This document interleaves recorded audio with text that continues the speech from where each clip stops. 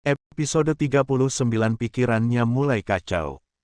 Suasana parkiran rumah sakit masih dipenuhi rasa canggung setelah kejadian mobil tertabrak itu. Tamara berdiri menunduk dengan wajah pucat, sementara wanita parubaya di sampingnya terus terlihat panik dan tidak enak hati.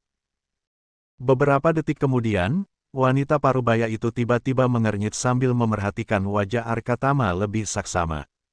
"Bukannya Anda pengacara Arkatama?" tanyanya ragu. Arkatama menoleh sopan. "Iya," jawabnya singkat. "Maaf, Anda siapa? Sepertinya saya lupa." Wanita parubaya itu langsung tersenyum kecil. "Aku Bu Retno, istrinya Pak Yuda, yang dulu pernah ditolong waktu kasus sengketa tanah di Desa Cempaka." Seketika Arkatama terdiam sebentar. Ingatan lama perlahan muncul di kepalanya. Kasus sengketa tanah dengan sekelompok orang di Desa Cempaka. Pasangan suami istri yang hampir kehilangan hektaran tanah dan sebuah rumah karena ditipu oleh kerabatnya sendiri. Itu adalah salah satu kasus yang dia tangani saat baru menjadi pengacara. "Oh," Arkatama akhirnya tersenyum tipis. "Iya, aku ingat sekarang." Bu Retno tertawa kecil. "Wajar lupa, kita juga sudah hampir 10 tahun nggak ketemu." Arkatama mengangguk pelan. "Maaf ya, Bu." "Tidak apa-apa." Suasana perlahan mencair, meski Tamara masih terlihat canggung berdiri di dekat mobil yang penyok.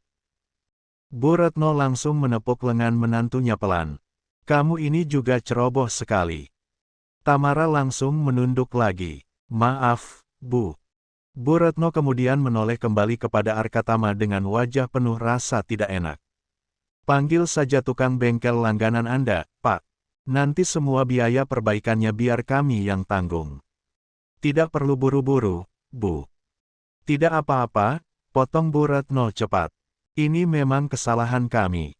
Arkatama akhirnya mengangguk sopan. Tak lama kemudian, mobil mereka dibawa ke bengkel menggunakan jasa derek kecil. Karena tidak memungkinkan dipakai sore itu, akhirnya Arkatama, Kemuning, dan Zia memilih pulang menggunakan taksi. Sepanjang perjalanan, suasana terasa agak berbeda. Kemuning duduk diam sambil memeluk Zia yang mulai mengantuk. Sementara Arkatama beberapa kali terlihat melamun sambil menatap keluar jendela. Lampu-lampu kota berpendar melewati kaca mobil, tetapi pikiran mereka masing-masing seolah berjalan ke arah yang berbeda. Entah kenapa, hati Kemuning terasa tidak tenang. Ada sesuatu dari cara Tamara memandang Arkatama tadi yang membuat dadanya dipenuhi rasa penasaran. Itu bukan tatapan kenalan biasa. Bukan juga sekadar hubungan profesional. Tatapan itu terlalu dalam, terlalu penuh emosi, dan Arkatama jelas terlihat terkejut saat melihat wanita itu. Sesampainya di rumah, suasana kembali hangat oleh suara kecil Zia yang mulai rewel meminta susu. Kemuning duduk di sofa sambil menyusui putrinya perlahan. Lampu ruang keluarga yang redup membuat suasana terasa tenang. Namun pikirannya masih terus berputar. Arkatama yang baru selesai mengambil air minum akhirnya duduk di samping istrinya. "Ada apa, Yang?" tanyanya lembut. "Kenapa diam begitu? Kayak lagi banyak pikiran." Kemuning menoleh sekilas. Tatapan mereka bertemu beberapa detik. Namun setelah itu, matanya kembali turun melihat Zia yang sedang menyusu dengan tenang di pelukannya. Beberapa saat kemudian, bayi kecil itu melepaskan hisapannya lalu mulai menggerak-gerakkan tangan kecilnya ke arah Arkatama. Arkatama langsung tersenyum. "Sudah kenyang, ya?" Pria itu mengambil alih Zia dengan cekatan, lalu menggendongnya tinggi sedikit sampai bayi itu tertawa riang. "Hei, prinses kecil ayah." Zia langsung terkikik senang sambil menarik kerah baju ayahnya. Kemuning tanpa sadar ikut tersenyum melihat kedekatan ayah dan anak itu. Kadang dia sampai merasa sedikit cemburu. Seolah dunia milik mereka berdua. Zia selalu mencari Arkatama dan Arkatama selalu luluh pada putrinya. Pemandangan itu sebenarnya membuat hati Kemuning hangat, tetapi malam ini rasa penasaran jauh lebih besar. "Mas," panggilnya pelan. Wanita yang nabrak mobil kita tadi." Kemuning berhenti sebentar. "Itu siapa?" Tangan Arkatama yang tadi sedang menggelitik perut Zia langsung berhenti. Senyum Arkatama perlahan menghilang. Kemuning memperhatikan perubahan kecil di wajah suaminya. Kenapa kalian kayak kenalan sudah lama? Lanjut Kemuning hati-hati. Suasana mendadak terasa hening. Hanya terdengar suara ocehan kecil Zia yang sama sekali tidak mengerti ketegangan di antara orang tuanya. Arkatama menarik napas perlahan. Tatapannya turun pada wajah putrinya beberapa detik sebelum akhirnya kembali menatap Kemuning. Kamu yakin ingin tahu siapa dia? Tanyanya pelan. Jantung Kemuning langsung berdetak lebih cepat. Ada sesuatu dalam nada suara Arkatama yang membuatnya gugup. Namun, rasa penasaran itu sudah terlalu besar untuk ditahan. Apa dia mantan kekasihmu, Mas? Tebak Kemuning perlahan. Arkatama diam. Kemuning menelan ludah. Atau jangan-jangan, suaranya mengecil, mantan istri kamu. Kalimat itu membuat suasana langsung membeku. Arkatama tidak langsung menjawab. Justru diamnya itulah yang membuat dada Kemuning terasa semakin sesak. Selama ini dia memang belum pernah melihat foto mantan istri Arkatama. Dia hanya pernah mendengar sekilas nama wanita itu disebut sebelum mereka menikah. Itu pun dari Arya Satya. Adik iparnya pernah bercerita bahwa Arkatama dulu dikhianati istrinya sendiri sampai tidak ada lagi niat untuk menikah. Arya Satya juga pernah berkata satu hal yang masih diingat Kemuning sampai sekarang. Arkatama tidak suka nama mantannya disebut di rumah mereka. Kini tanpa sengaja wanita dari masa lalu itu muncul tepat di depan mereka. Malam itu suasana rumah terasa jauh lebih sunyi dibanding biasanya. Zia sudah tertidur pulas di dalam gendongan Arkatama. Lampu ruang keluarga menyala redup, hanya menyisakan bayangan lembut di wajah mereka. Namun ketenangan itu tidak benar-benar terasa. Ada sesuatu yang menggantung di udara sejak pertemuan tak terduga di rumah sakit tadi sore. Kemuning masih duduk diam sambil memandangi Arkatama dengan hati penuh tanda tanya.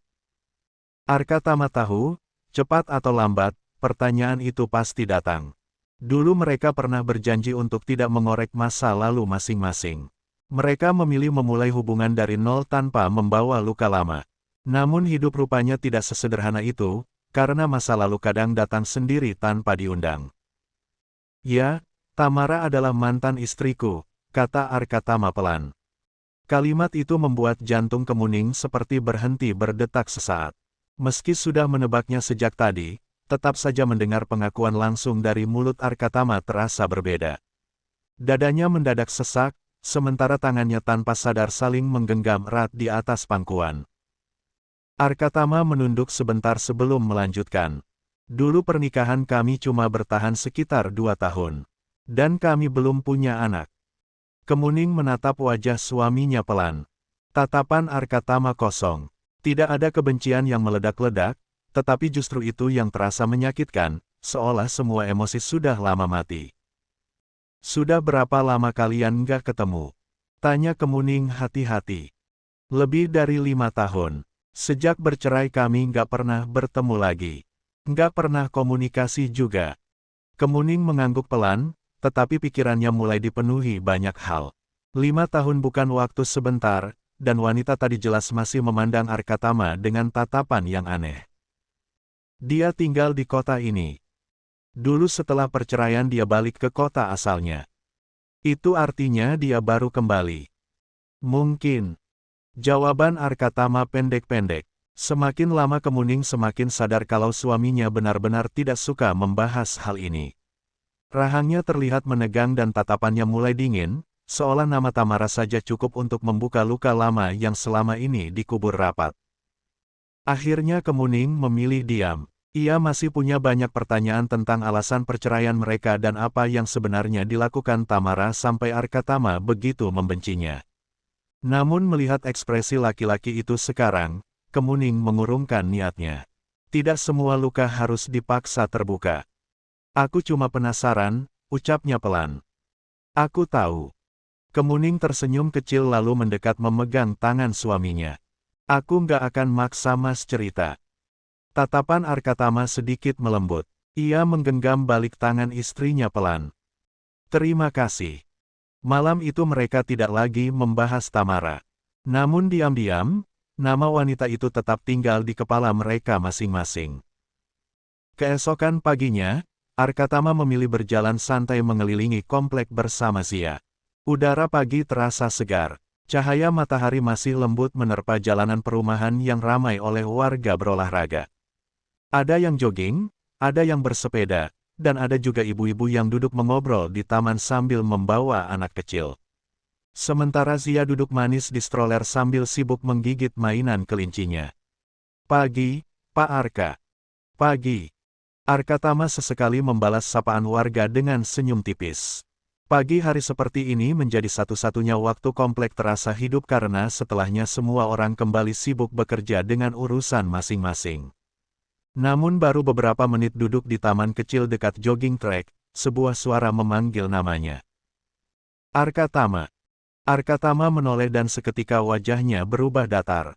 Raisa berjalan mendekat sambil tersenyum tipis. Wanita itu dulu adalah rekan kerja sekaligus pengacara yang membela Tamara saat perceraian mereka. Dan terus terang, Arkatama tidak pernah menyukai perempuan itu. Ada apa? Tanyanya dingin. Raisa tetap berdiri di depan Arkatama sambil melirik Zia sebentar. Lucu anakmu. Arkatama tidak menanggapi. Raisa berdeham kecil sebelum akhirnya berkata, aku dengar Tamara ketemu sama kamu. Tatapan Arkatama langsung berubah tajam. Benarkah dia ada di kota ini? Lanjut Raisa penasaran. Memangnya kenapa? Balas Arkatama dingin. Nada bicaranya jelas menunjukkan ketidaksukaan, tetapi Raisa seolah tidak peduli. Kalian kemarin ketemu di rumah sakit ya? Arkatama mulai jengah. Aku rasa kamu nggak perlu banyak tanya soal hidupku. Raisa tersenyum tipis. Masih segalak dulu ternyata. Arkatama langsung berdiri dari bangku taman. Dia tidak punya waktu dan kesabaran untuk meladeni rasa penasaran orang lain. Namun, baru beberapa langkah berjalan, suara Raisa kembali terdengar. Tamara lagi menjalani perawatan. Kasihan dia, lanjut Raisa pelan. Langkah Arkatama berhenti sesaat. Namun, Arkatama kembali melangkah pergi tanpa menoleh sedikit pun. Wajahnya mengeras dan rahangnya menegang. Kasihan, kata itu justru membuat dadanya dipenuhi emosi yang lama terkubur. Orang-orang hanya melihat Tamara sekarang. Tidak ada yang tahu bagaimana wanita itu dulu menghancurkan hidupnya tanpa rasa bersalah sedikit pun. Tidak ada yang tahu bagaimana dia dikhianati ketika sedang berusaha membangun rumah tangga dengan sepenuh hati. Tidak ada yang tahu bagaimana malam-malam panjang yang dia lewati sendirian setelah perceraian itu. Jadi, jangan bicara tentang kasihan. Arkatama berpikir pertemuan di rumah sakit kemarin hanyalah kebetulan sesaat. Dia yakin tidak akan bertemu Tamara lagi. Namun, ternyata hidup memang suka bercanda dengan cara yang menyebalkan. Siang itu suasana kantor hukum cukup tenang. Beberapa staf sibuk mengetik dan menyusun berkas perkara. Arkatama baru saja selesai menandatangani dokumen ketika sekretarisnya mengetuk pintu ruangan. Pak, ada klien baru. Suruh masuk. Pintu terbuka perlahan dan tubuh Arkatama langsung membeku. Wajahnya berubah dingin seketika. Di depan pintu, Tamara berdiri sambil menggenggam tasnya erat. Wanita itu terlihat jauh berbeda dibanding dulu. Wajahnya pucat, tubuhnya lebih kurus, dan tatapannya tidak lagi penuh percaya diri seperti yang diingat Arkatama. Beberapa detik mereka hanya saling diam. Ruangan terasa sesak oleh masa lalu yang tiba-tiba hidup kembali. Arkatama cepat mematikan emosinya. Ia menarik kursi lalu duduk dengan wajah profesional. Silakan duduk. Tamara duduk perlahan di depan meja kerjanya. Tangannya terlihat gemetar kecil. Sementara Arkatama membuka map kosong tanpa menatap wajah wanita itu terlalu lama. Permasalahan Anda apa? Tanyanya formal dan dingin. Tamara menelan ludah. Bibirnya bergetar tipis sebelum akhirnya berkata pelan, aku ingin mengajukan gugatan cerai. Kalimat itu membuat udara di ruangan mendadak terasa lebih berat. Arkatama perlahan mengangkat wajahnya. Tatapan mereka bertemu, dan untuk pertama kalinya setelah 5 tahun, Arkatama melihat kesedihan nyata di mata mantan istrinya itu. Kenapa Anda ingin bercerai dengan suami Anda? Tanya Arkatama dengan nada profesional. Di atas meja kerja, jemarinya bertaut tenang. Wajahnya datar tanpa menunjukkan emosi apapun, seolah perempuan yang duduk di depannya hanyalah klien biasa. Padahal di dalam kepalanya, berbagai kenangan lama mulai berisik kembali. Tamara terdiam beberapa saat. Wanita itu tampak menarik napas panjang sebelum akhirnya membuka suara pelan. Rumah tanggaku sudah nggak sehat lagi. Tatapannya turun ke arah tangannya sendiri yang saling menggenggam erat di atas pangkuan. Kami bertengkar hampir setiap hari, lanjutnya lirih. Masalah kecil bisa jadi besar. Bahkan kadang tanpa alasan jelas. Arkatama tetap diam mendengarkan. Tamara tersenyum pahit. Awalnya aku pikir semua rumah tangga memang begitu. Tinggal dijalani aja. Suaranya mulai melemah. Tapi, lama-lama aku capek. Ruangan itu mendadak terasa sunyi, hanya terdengar suara pendingin ruangan dan bunyi halus ketikan staf dari luar. Aku jadi gampang cemas, lanjut Tamara. Gampang takut. Bahkan sekarang aku rutin pergi ke psikiater. Untuk pertama kalinya sejak Tamara masuk ruangan itu, tatapan Arkatama sedikit berubah. Ia menatap mantan istrinya beberapa detik lebih lama. Tamara terlihat benar-benar lelah. Bukan hanya fisiknya, tetapi juga jiwanya. Apa penyebab utama pertengkarannya? Tanya Arkatama lagi dengan suara tenang. Tamara menunduk. Keluarga suamiku. Alis Arkatama sedikit bergerak. Mereka terus menuntut keturunan, lanjut Tamara pelan. Dan semua kesalahan selalu dilempar ke aku. Senyum pahit kembali muncul di bibirnya. Mereka bilang aku gagal jadi istri. Kalimat itu terdengar begitu menyakitkan. Tamara menarik napas gemetar sebelum melanjutkan. Aku dipaksa ikut macam-macam pengobatan. Tawanya kecil, tetapi terdengar getir. Mulai dari terapi medis, minum obat kesuburan, sampai pengobatan tradisional yang aneh-aneh. Tatapannya kosong menatap meja. Kadang aku capek sendiri, bisiknya. Tubuhku rasanya bukan milikku lagi. Arkatama masih diam. Namun, pikirannya mulai kacau oleh ingatan masa lalu yang datang bertubi-tubi. Bersambung.